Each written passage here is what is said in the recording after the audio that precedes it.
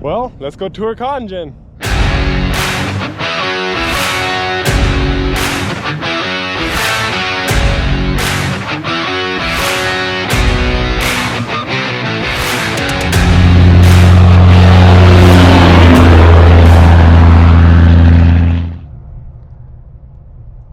But not today.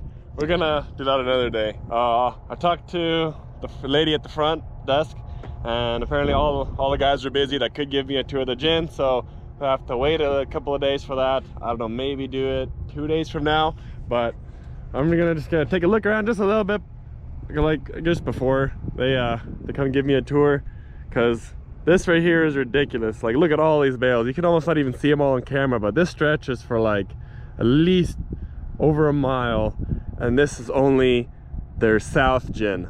This gin right here has 2 gins. They have a south plant and then have a north plant.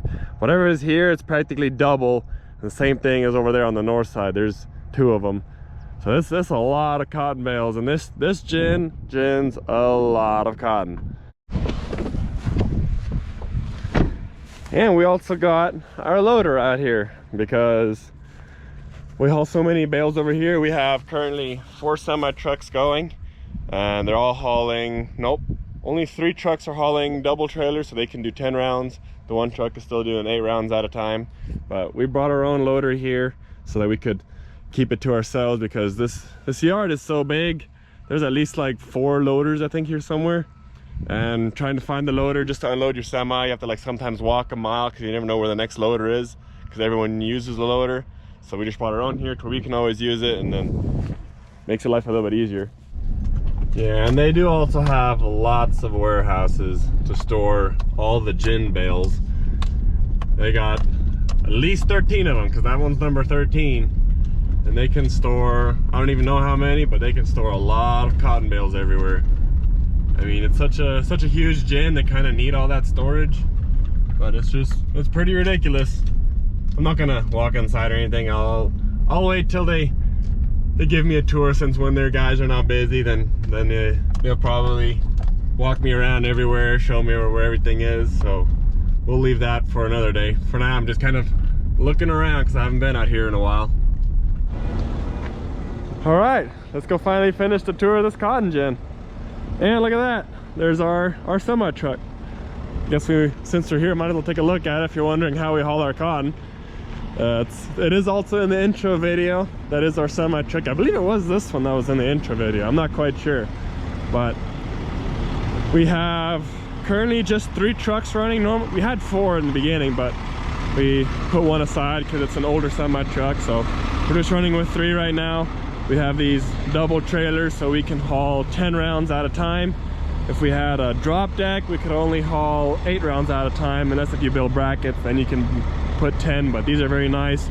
You put 2 bales on the bottom and then 3 bales right on top, and then you don't need to strap them down. They all sit on there perfectly and makes it really nice. All right, so the gin is usually extremely busy. I had an appointment today at 1 o'clock to let them give me a tour, and then lo and behold, like you would guess it, everyone got busy again. Stuff happened, and they kind of just gave me a quick rundown tour. They kind of just quickly walked me around everything. I know quite a bit about the gym, but they helped me understand a little bit more. So I'm gonna go back in here now. I'll try to explain majority of it, see how much y'all can actually understand me, because it's very, very loud in here, but we'll see how this will go. I'm gonna walk back in here. This is where they will start feeding the cotton. Earlier when I got in here, they kind of choked up everything, so now they're back up and running. So from outside, it'll come in here and it'll come into these heaters, and if the cotton is too dry, it'll add moisture in it, and if it's too wet, it'll heat it and dry it, just kind of like a corn dryer. So it'll add moisture or it'll take moisture away, and then from there, it goes into those big machines over there, and then that's where it takes a lot of the trash out of the cotton. So there's lots of leaves or extra burrs, that's where it'll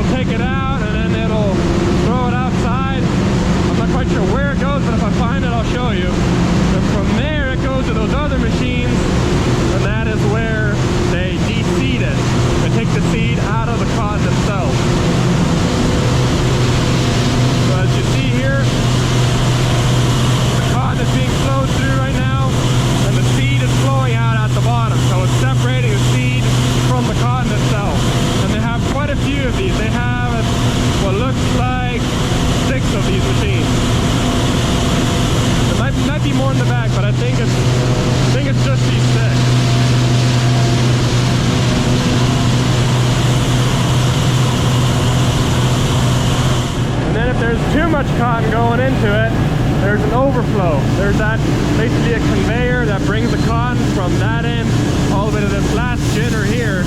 If there's too much cotton, it'll go down into that tube, and then it'll redistribute it, bring it back to the front, and then make it come all the way back through. And with that tube being down there, there's air being sucked up in there. They can clean the floors and bring all that cotton back in there. That way none of it goes to waste. It all gets used up, and the farmer gets to have all of his cotton gin. And from there, down this tube right here, these are the straps where they tie the bales. When that cotton gets distributed down into there, they repack it into smaller bales.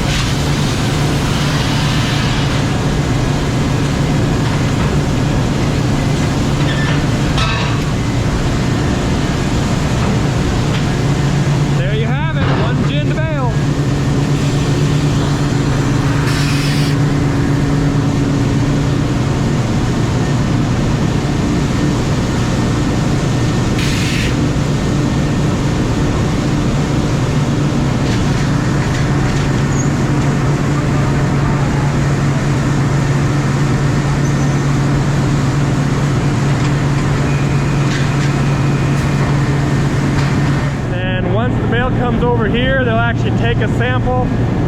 This is the kind of what comes out of it. It's no seed, super fluffy cotton, and then bag them into these bags. And every single bale has a tag. They know where every single bale comes from, exactly what field. You can pick a random bale, and they can direct it. They can trace it right back to the farmer in the field that it came from. Pretty neat. The cotton that is not used for seed block, all that will go into that big pile there and get sold to local dairies and other places that want it.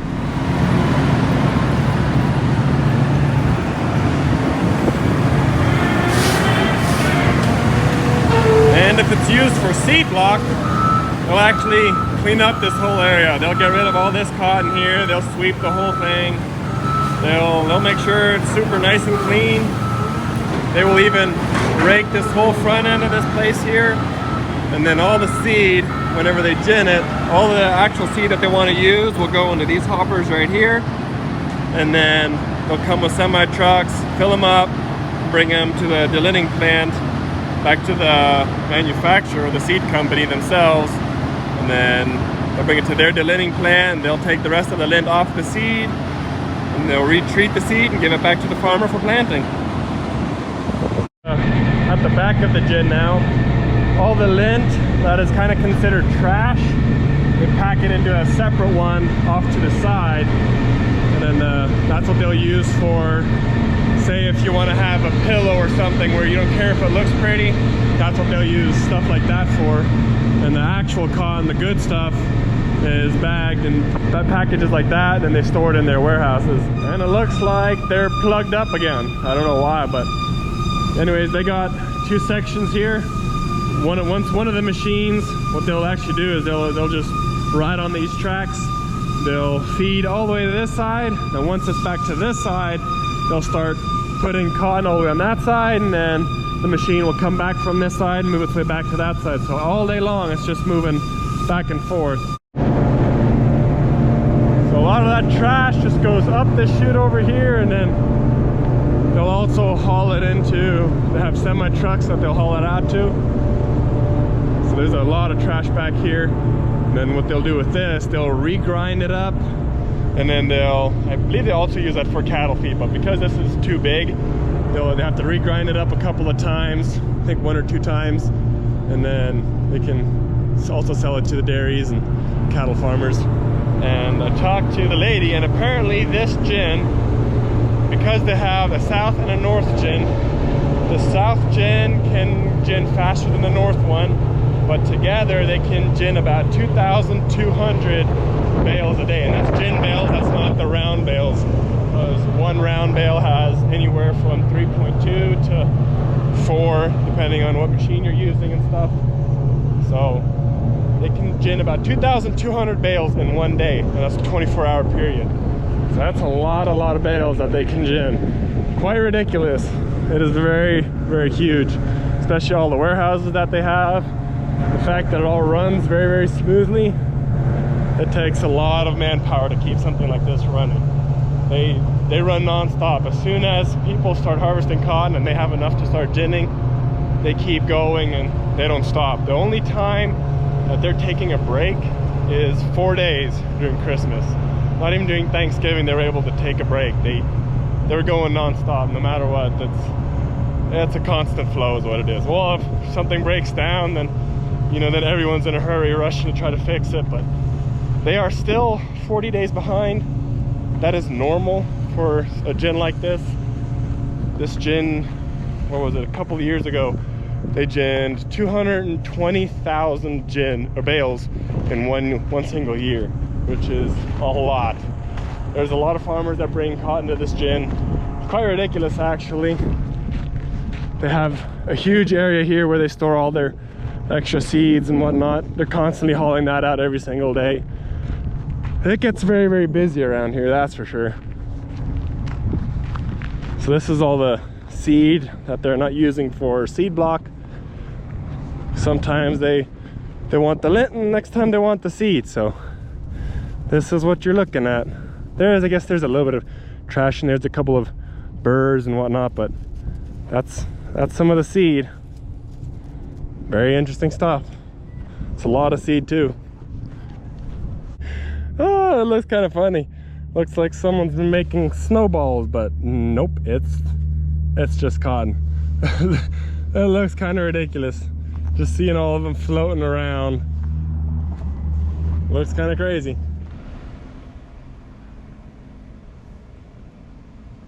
It's a lot of cotton bales being stored.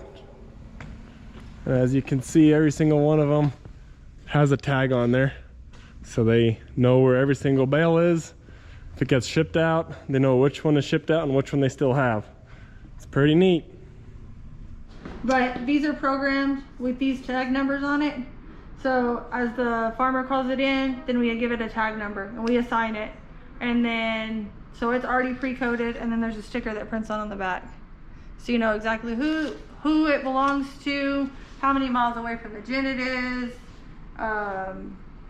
the variety. It even has the GPS location. So you could copy this part and put it directly into your phone and take you straight to the field. Latitude and longitude. Yeah. So then a tagger goes out ahead of time. They go straight to the field and they use one of these. The one that lights up.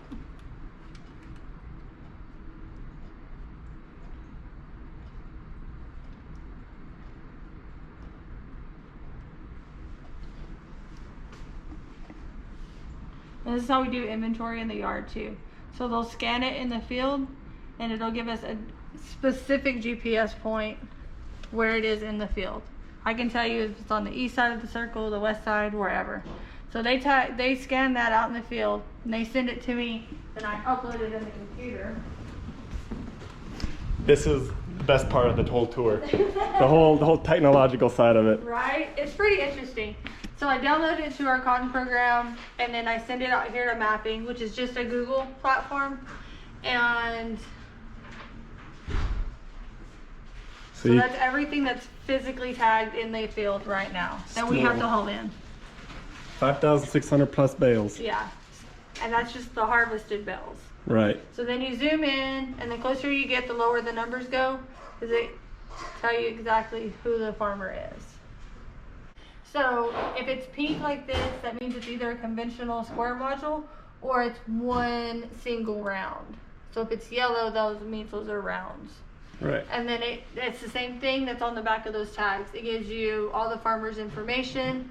And then I can even click on this and it'll tell me the directions to get there. And that's the tour of the cotton gin. I hope y'all enjoyed. I hope I explained everything correctly. I hope I explained it good enough. I hope you're able to understand me well and everything. Also, one thing, they're not the biggest gin in Texas, but they are a gin, or they used to be a gin. They gin the most bales in a single year with only one press. That means one of those machines that actually presses it down and makes it into a gin bale. They were the biggest gin with only one press for like the longest time, and then they purchased a different gin north of them. That's why it's called a North Gin now. They bought them out, so now they technically own two gins, which is two different locations, only a couple of miles from each other. So now they have two presses, so they can gin a lot of bales in a single year, which is very ridiculous. It's awesome. I love the technological part of it, how they're able to keep track of all the bales and they're able to know where everything is. Very, very fascinating. Thank you so much, Oasis Gin, for letting me tour the place. It was really cool. I hope you all enjoyed this video, and as always, I will see you guys in the next one.